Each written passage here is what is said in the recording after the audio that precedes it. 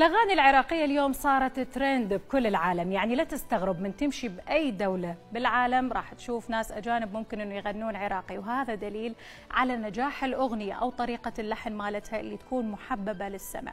ومثل ما نعرف أن اللهجة العراقية بطبيعتها تكون جميلة، وهواية عرب دا يحاولون يتعلموها، لكن مال شخص من كوريا يغني عراقي هاي مصايرة وجديدة، ويمكن تعتبر من أحلام العصر، وذلك بعد أن انتشر مقطع فيديو لعريس من كوريا وهو يغني لعروسته أغنية تعال أشبعك حب أشبعك دلال. لنشاهد.